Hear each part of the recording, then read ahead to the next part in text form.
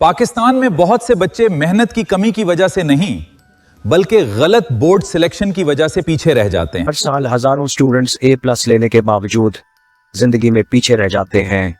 क्यों? वही बायोलॉजी, वही केमिस्ट्री, वही फिजिक्स।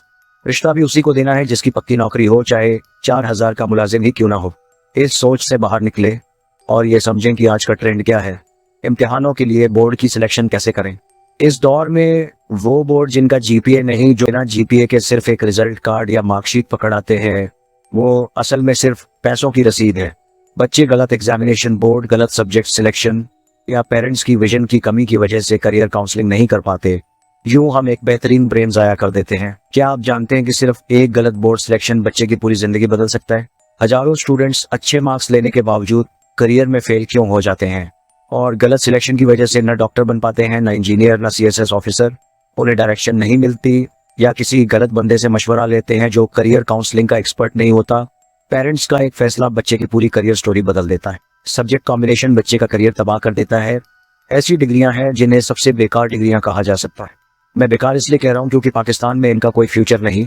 पाकिस्तान में साइकेट्रिस्ट के जितने पेशेंट्स नहीं हैं उससे ज्यादा इलाज करने वाले डॉक्टर। आप जिस तरह पाकिस्तान में जनरेशन गैप मौजूद है और जिस तरह प्रॉपर करियर काउंसलिंग करने वाला कोई नहीं है, ऐसी फील्ड जिनकी तरफ आपको नहीं जाना चाहिए, या अगर आप उनमें एडमिशन लेने का सोच रहे हैं तो दोबारा सोच लें। सिर्फ एक क्लास नहीं, ये आपकी फ्यूचर लाइफ का टर्निंग पॉइंट है। और अगर आपके साथ भी ऐसा हो चुका है तो ये सेशन आपकी जिंदगी बदल सकता है। आप लोगों का बहुत शुक्रिया कि आपने आज के करियर काउंसलिंग ट्रेनिंग सेशन के लिए मुझे इनवाइट किया। मैं आप सबका बहुत ममनून हूँ।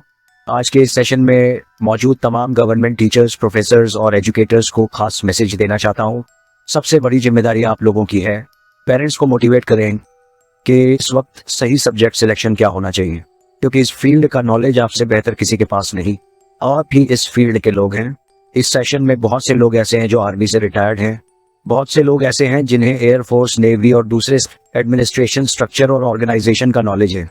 लेकिन जितना एक्सपीरियंस इस हॉल में मौजूद टीचर्स और प्रोफेसर्स के पास है उतना बाकी किसी के पास नहीं। इसलिए ये आपकी फील्ड है। अच्छा, ताज्जुब की बात यह है कि बच्चे से अगर पूछें कि आपने क्या बनना है तो बच्चा कुछ और बता रहा होता है, या उसे पता ही नहीं होता कि मेरे सब्जेक्ट जो है वो उनका कॉम्बिनेशन हो सके। और ऐसा ही हाल माँ बाप का है।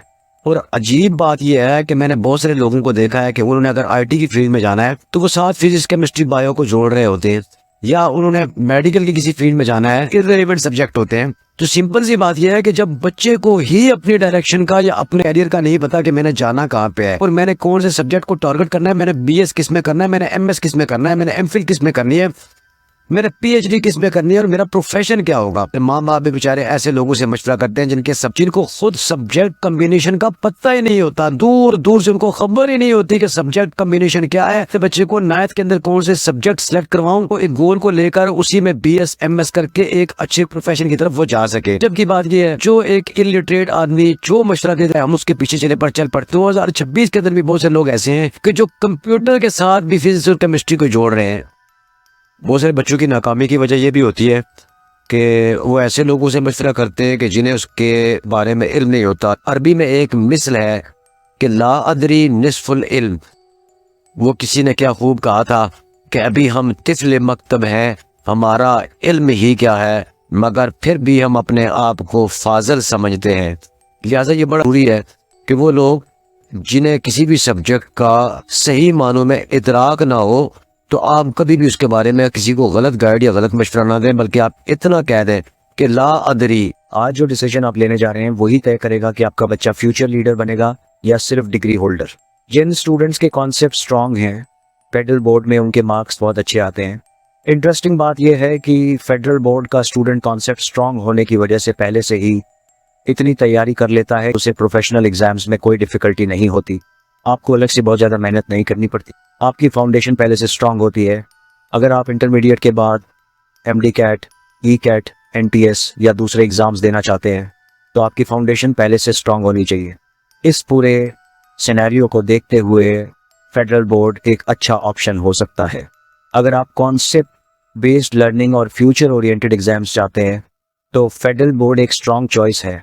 और सिर्फ नंबर्स की बेसिस पर डिसीजन लेने वालों के लिए लोकल बोर्ड्स भी एक ऑप्शन है। आज के करियर काउंसलिंग, बोर्ड सिलेक्शन और सब्जेक्ट सिलेक्शन सेशन में जो स्टूडेंट्स मौजूद हैं वो बहुत लकी हैं। जो बातें लोग 60 साल की उम्र के बाद समझते हैं वो आपको यंग एज में मिल रही हैं। मैं कोशिश करूंगा कि फ्यूचर चैलेंजेस और डायरेक्शंस आपको समझा सकूं। अगर SLO बेस्ड सिलेबस स्टूडेंट्स को नहीं पढ़ाया जाता तो पुरानी किताबों और 4 साल पुराने पेपर्स का क्या फ़ायदा, सिलेबस एक्सपायर हो चुका होता है। इसलिए सिलेबस ऐसा चूज़ करें जो फ्यूचर डिमांड और प्रोफेशन के मुताबिक हो। फेडरल बोर्ड में SLO बेस्ड सिस्टम है, बाकी बोर्ड्स में अभी तक वो लेवल फुल्ली इम्प्लीमेंट नहीं हुआ। CNC जैसे कॉन्सेप्ट सिर्फ बाहर दिखते हैं, अंदर सिस्टम वही पुराना रहता है। फेडरल बोर्ड में GPS सिस्टम भी है और असेसमेंट इंटरनेशनल स्टैंडर्ड के मुताबिक है। सिंपल वर्ड्स में स्टूडेंट को आउटलाइन दी जाती है और वो अपने माइंड से आंसर क्रिएट करता है। यही कॉन्सेप्ट बेस्ड एजुकेशन है। अगर आप MD कैट, CSS, NTS या इंटरनेशनल लेवल पर जाना चाहते हैं तो वही स्टूडेंट ग्रो करता है जो कॉन्सेप्ट्स लेकर चलता है। अगर आपने सिर्फ 4 साल पुराने पेपर्स रट्टा किए तो इंटरनेशनल लेवल मुश्किल हो जाते हैं। फेडरल बोर्ड में बुक्स फिक्स नहीं होती, किसी भी बोर्ड की बुक हो, स्टूडेंट को कॉन्सेप्ट समझकर आंसर देना होता है। असेसमेंट कंप्यूटराइज स्कैनिंग से होती है, जबकि बाकी बोर्ड्स में अभी भी मैनुअल चेकिंग होती है। ओवरसीज स्टूडेंट्स के लिए भी फेडरल बोर्ड बेहतर ऑप्शन माना जाता है। मैट्रिक या FSC के लिए फेडरल बोर्ड या कोई और बोर्ड। इसे समझने के लिए पहले ये समझ लें, स्टूडेंट्स 2 तरह के होते हैं। एक वो जो रट्टा लगाकर पास होते हैं और दूसरे वो जो कॉन्सेप्ट को समझते हैं। दोनों कैटेगरी में जो रट्टा लगाने वाले स्टूडेंट्स हैं उनके लिए मैं 100% श्योरिटी से कह सकता हूँ कि फेडरल बोर्ड में उनके इतने अच्छे मार्क्स नहीं आते। जिन स्टूडेंट्स के कॉन्सेप्ट स्ट्रांग होते हैं उनके मार्क्स फेडरल बोर्ड में हमेशा बेहतर आते हैं। जैसे अगर हमने असद को 100 रुपए दिए और अगर आप यही स्टेटमेंट बदल कर पूछें तो बच्चा कहेगा मैंने ये पढ़ा ही नहीं। जिन स्टूडेंट्स के कॉन्सेप्ट स्ट्रांग हैं वो फेडरल बोर्ड में और करियर में बड़ी सक्सेस हासिल कर सकते हैं। बच्चों को ये बात जल्दी समझनी होगी, कुछ डिग्रीज पाकिस्तान में ओवर सप्लाइड है और जॉब मार्केट में डिमांड कम है। बेसिक साइंस सब्जेक्ट जैसे फिजिक्स, केमिस्ट्री, बायोलॉजी और कुछ बिजनेस डिग्रीज जैसे BBA, MBA, BCom, ICom अगर स्किल ना हो तो वैल्यू कम हो जाती है। यूनिवर्सिटी सिर्फ एडमिशंस के लिए प्रोग्राम्स ओपन करती है और स्टूडेंट्स को इल्यूजन दे देती है। अगर 4 साल स्ट्रगल करके स्किल सीख लें तो फ्यूचर ज्यादा बेटर हो सकता है। इसलिए डिसीजंस बहुत सोच समझ कर लें। कई यूनिवर्सिटीज सिर्फ बिल्डिंग्स और एनवायरनमेंट दिखाकर स्टूडेंट्स अट्रैक्ट करती हैं। 2026 में बांग्लादेश का लिटरेसी रेट लगभग 78% है, जबकि पाकिस्तान का लगभग 62%। इसलिए कभी भी अननोन या नॉन प्रोफेशनल एडवाइस पर डिपेंड न करें और सिर्फ उन्हीं करियर ट्रेनर से गाइडेंस लें जिन्होंने सिस्टम्स और ट्रेंड्स को समझा हो। इस सेशन की बहुत सारी बातें टीचर्स, ट्रेनर्स और एजुकेटर्स समझ चुके होंगे। अगर आपको इसमें से कुछ भी यूजफुल लगा हो तो इसे शेयर करें, क्योंकि एक अच्छी बात शेयर करना भी सदका जारिया है। आपकी वजह से किसी का फ्यूचर बेटर हो सकता है। अपनी राय और सवाल कमेंट करें। बस यही कहकर आपसे इजाजत चाहूंगा कि उठा सा किया पर्दा इस राज से, लड़ा दे ममोले को शहबाज से। जमाने के अंदाज बदले गए, नया राग है साज बदले गए।